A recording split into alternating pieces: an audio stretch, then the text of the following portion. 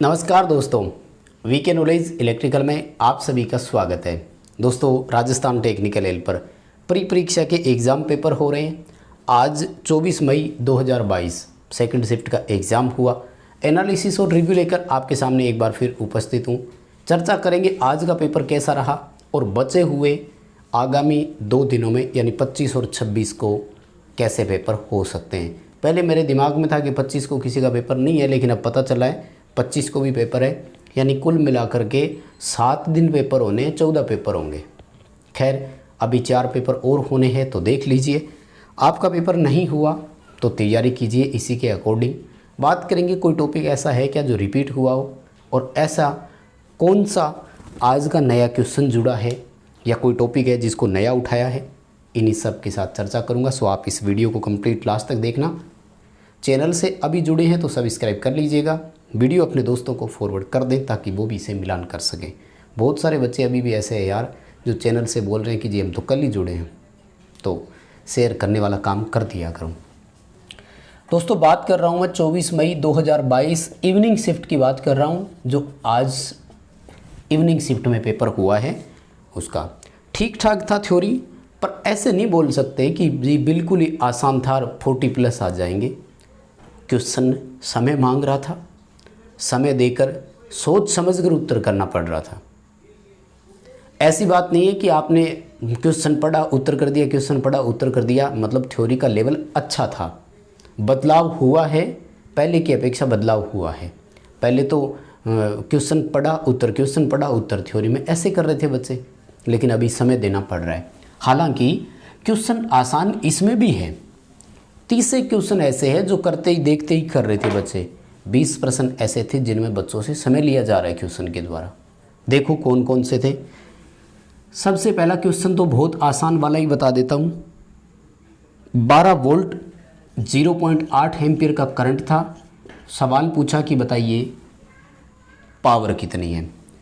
दोस्तों, DC circuit वगैरह ऐसा कुछ दिया नहीं, तो सिंपल फॉर्मूला हमेशा लगाया करो और P = V × I वाला कर दिया करो। 12 × 0.8 करेंगे तो 9.6 वाट इसका उत्तर आ जाएगा। जो बच्चे एग्ज़ाम देकर आए हैं प्लीज़ वो कमेंट में एंश्योर कर देवे कि हाँ गुरुजी यही क्वेश्चन आए थे। नहीं तो जो बच्चे पेपर नहीं देते हैं या जो हेटर्स होते हैं ना, वो फिर उल्टे सीधे कमेंट करते हैं कि पता नहीं कहाँ से आप लेके आ गए, ये तो है ही नहीं रहे। क्योंकि देखो, मैं पेपर देने तो गया नहीं, आप लोग ही हमें सेंड करते हो। कम से कम आज 7-8 बच्चों ने भेजा है, तो मैं रिक्वेस्ट करूँगा कि वो सभी अपना हाज़िरी यहाँ पर ज़रूर लगा दें कि हाँ जी क्वेश्चन ये थे कि नहीं। आगे देखो सवाल, इन्वर्टर का कार्य क्या है। अब एक बच्चे ने तो ये बताया कि इन्वर्टर का काम क्या है, जबकि दूसरे बच्चे ने मुझे ये बताया गुरुजी सवाल ये था डीसी को एसी करने वाले को क्या कहते हैं। तो एक ने क्वेश्चन बताया, एक ने उत्तर भी बता दिया। क्या क्वेश्चन था एग्जैक्ट आप मुझे ज़रूर बताना। तो इन्वर्टर का काम क्या है? इन्वर्टर का काम है डीसी को एसी में करना। ठीक है, या क्या 2 अलग अलग क्वेश्चन थे, ऐसा भी आया था क्या, तो मुझे बताना भाई इन्वर्टर का काम क्या है। और किसी दूसरे बच्चे से मान ले क्वेश्चन दूसरा हो जिसमें लिखा हो कि डीसी को एसी में कौन कन्वर्ट करता है, ऐसा भी हो सकता है, कोई बड़ा इश्यू नहीं है। उसके बाद में देखो कह रहे हैं, सवाल पूछा कि वोल्टेज बढ़ाने के लिए किस ट्रांसफार्मर का उपयोग करते हैं। अब देखो, वोल्टेज अगर बढ़ाना है तो उस ट्रांसफार्मर का नाम स्टेप अप ट्रांसफार्मर कहेंगे, क्योंकि स्टेप अप, स्टेप डाउन और आइसोलेशन 3 तरह के ट्रांसफार्मर है। पीटी की अगर बात करें तो वो स्टेप डाउन है, तो उसका भी कोई मतलब नहीं था। वैसे भी वो तो इंस्ट्रूमेंट ट्रांसफार्मर का भाग है, तो यहाँ वैसे भी इसका मतलब नहीं था। इसमें स्टेप अप ही ऑप्शन था क्या, मुझे कमेंट करके बता देना। ठीक है, उसके बाद में देखो सवाल पूछा कि कम्यूटेटर पर एक ही कॉइल के बीच की दूरी। देखो भाई, कम्यूटेटर के बीच पूछ रहा है, ना कि आर्मेचर स्लॉट की संख्या। कम्यूटेटर पर एक ही कॉइल के बीच जो दूरी होती है उसे क्या बोलते हैं, तो माय डियर इसका नाम है कम्यूटेटर पिच। क्या बोलेंगे इसे? कम्यूटेटर पिच बोलेंगे। एक कॉइल कितने सेगमेंट के साथ जुड़ी हुई है, पास के सेगमेंट से जुड़ी है तो सिंप्लेक्स है, एक छोड़ करके जुड़ी है तो ड्यूप्लेक्स है, 2 छोड़ करके जुड़ी है यानी इन दोनों से जुड़ी है, इन दोनों से तो फिर ट्रिप्लेक्स है। ठीक है, ये कम्यूटेटर वाले में से था।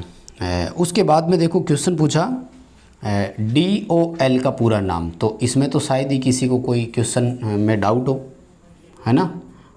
डायरेक्ट ऑनलाइन AC मोटर के स्टेटर का प्रकार है, सॉरी स्टार्टर का प्रकार है, DOL स्टार्टर। अच्छा, उसके बाद में कह रहे हैं कि देखो सवाल पूछा AAC का पूरा नाम।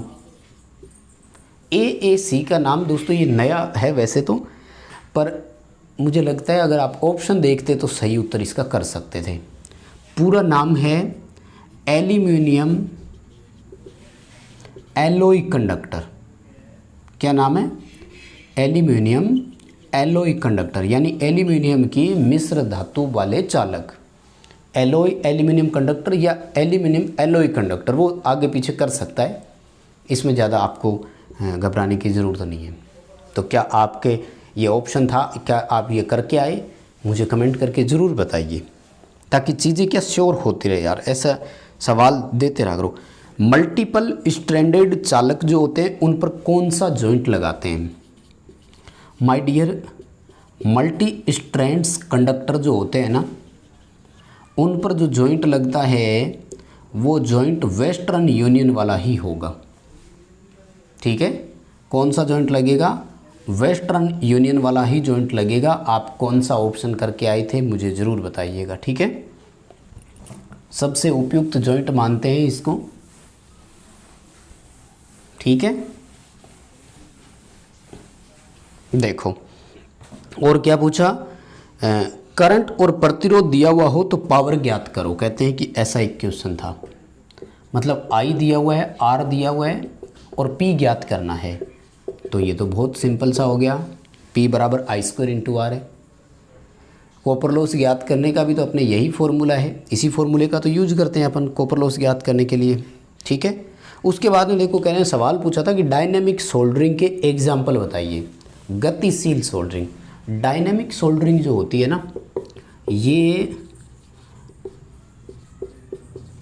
अपने नॉर्मल यूज नहीं होती है। ये जो सुनार लोग जो होते हैं ना, वो आभूषणों पर की जाने वाली सोल्डरिंग है, ध्यान रखना। ठीक है, डायनेमिक सोल्डरिंग कौन सी है? आभूषणों पर की जाने वाली सोल्डरिंग। क्या ऐसा क्वेश्चन था? क्या ऐसा ऑप्शन था? आंसर जरूर कीजिए प्लीज़। जितने बच्चे पेपर देकर आते हैं ना, ऑप्शंस को थोड़ा क्रॉस मैच करवा दिया करूँ। आगे देखो सवाल पूछा कि डेल्टा में प्रत्येक कॉइल में कितनी वोल्टेज मिलती है। अब एक तो कह रहा है कि ऑप्शन ही दिए हुए थे, डेल्टा में प्रत्येक कॉइल को वोल्टेज कितनी मिलती है। माय डियर, प्रत्येक कॉइल को जो वोल्टेज मिलती है उसे फेज वोल्टेज बोलते हैं, और डेल्टा में फेज वोल्टेज लाइन वोल्टेज के बराबर होती है। अब जितनी लाइन वोल्टेज दी हुई थी वही उत्तर करना था। अगर लाइन वोल्टेज 415 है तब तो ये ठीक है। ये सवाल पर डिपेंड करेगा, ध्यान रखना, कि यदि लाइन वोल्टेज 415 वोल्ट हो तो डेल्टा में प्रत्येक कॉइल पर वोल्टेज कितनी होगी, तो आपको 415 करना है।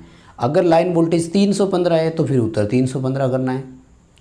कुल मिलाकर बात यह है कि प्रत्येक कॉइल को मिलने वाली वोल्टेज फेज वोल्टेज कहलाती है, और फेज वोल्टेज का मान डेल्टा में लाइन वोल्टेज के मान के बराबर होता है। ठीक है, आगे देखो, ये तो बहुत सिंपल पूछा था कि 3 फेज वाइंडिंग में फेज अंतर कितना होता है। तो 3 फेज में 120 डिग्री का फेज अंतर होता है। अगर आपके पेपरों में सिंगल फेज का पूछ ले तो ध्यान रखना 90 डिग्री का है। अच्छा, आगे देखो कह रहे हैं कि 20 ओम का प्रतिरोध दिया हुआ था और 0.75 एम्पियर की धारा दी हुई थी। परिपथ में वोल्टेज पूछा था। भाई इससे सिंपल तो कोई आपसे क्या पूछेगा यार। तो V बराबर I इंटू R हो गया। देखो धारा का मान 0.75 है और प्रतिरोध 20 दिया हुआ है, तो 15 वोल्ट इसकी वोल्टेज हो गई।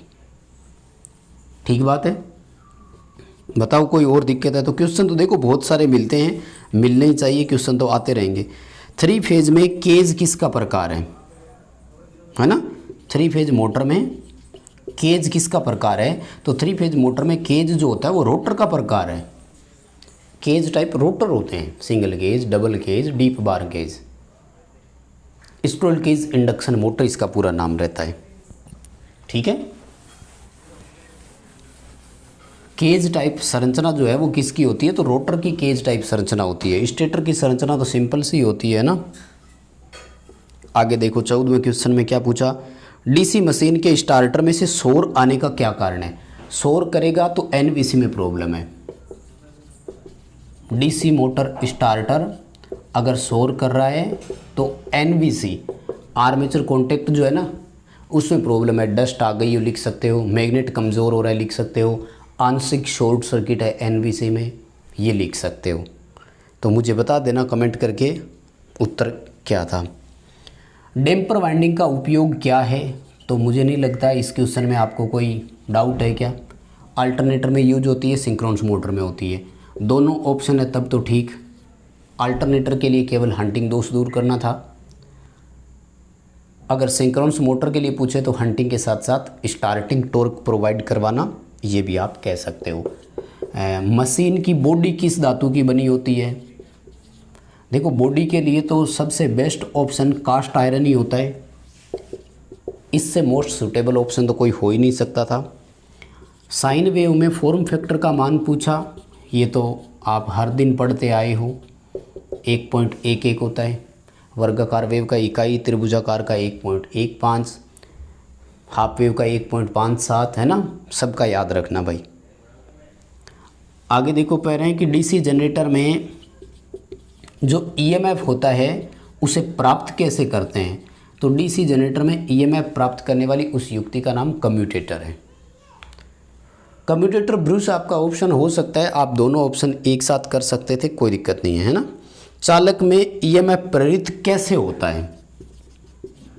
देखो चालक में जो प्रेरित ईएमएफ है ना उसके लिए क्या पूछा आपसे, ऑप्शन पे डिपेंड करेगा। फैराडे का इलेक्ट्रोमैग्नेटिक इंडक्शन, ये ऑप्शन आप कर सकते थे। ये नहीं तो फिर आपको वही चालक घूर्णी चुंबकीय क्षेत्र स्थिर चुंबकीय क्षेत्र के बीच चालक घूमता है, या फिर घूर्णी चुंबकीय क्षेत्र के बीच चालक स्थिर रहता है। क्या एग्जैक्ट ऑप्शन से आप मुझे कमेंट करके ज़रूर बताना। बैक ईएमएफ की दिशा कैसे ज्ञात करेंगे? तो बैक ईएमएफ की दिशा सेम वही है, फ्लेमिंग राइट हैंड रूल। ठीक है, शॉर्ट में लिख रहा हूँ थोड़ा सा, मुझे उम्मीद है आप समझ जाएंगे। कुछ नहीं, पेपर वैसे ओवरऑल था आसान, लेकिन कुछ क्वेश्चन टफ भी थे, ऐसी बात नहीं है ना। और उसके बाद में देखो विद्युत घड़ी, विद्युत घंटी, मोटर, लाउड स्पीकर धारा के किस सिद्धांत पर काम करते हैं? ठीक है, विद्युत घंटी और इन सब का सिद्धांत पूछा है तो चुंबकीय सिद्धांत करना है आपको, है ना। किसका पूछ रहा है? इलेक्ट्रिक बेल, मोटर, ये सब है तो इनका सिद्धांत जो है आपका विद्युत चुंबकीय सिद्धांत आ जाएगा। और डीसी मशीनों में ब्रूस किसके बने होते हैं? तो कार्बन के ब्रूस होते हैं। मोस्ट सूटेबल ऑप्शन यही रहेगा, मुझे लगता है आप कर सकते थे, इसमें कोई दिक्कत नहीं है ना। डीसी मशीनों के ब्रूस किसके बने होते हैं? तो डीसी मशीनों के ब्रूस कार्बन के बने होते हैं, सबसे सूटेबल ऑप्शन था। अच्छा, ब्रूस कब बदल देने चाहिए ये भी था क्या, मुझे बताना ज़रूर, है ना। ब्रूस कब बदल देने चाहिए? तो 2/3 घिसने पर बदलने चाहिए, ध्यान रखना, ठीक है ना भाई। लगभग 70% हिस्सा घिस जाएगा, उसके बाद ही बदलेंगे ना। 33% घिसने पे कौन बदलता है ये बताओ, ठीक है। ए श्रेणी की आग का भी क्वेश्चन था, तो ए क्लास फायर में लकड़ी, कपड़ा, कागज़ क्या था बता देना, है ना। ठीक ठाक था थ्योरी का कुल मिलाकर। नॉन टेक 2 भी था, मैं आपको दोस्तों अलग से करवा दूंगा, ठीक है। फिलहाल के लिए टेक्निकल के क्वेश्चन थे, और टेक्निकल में आपको एनालिसिस इतने ही क्वेश्चन का देंगे। वीडियो लाइक करें, चैनल से पहली बार जुड़े हैं सब्सक्राइब करें, दोस्तों को शेयर ज़रूर करना। डिस्क्रिप्शन में लिंक दिया हुआ है, हमारा ऐप डाउनलोड ज़रूर करना। बहुत धन्यवाद।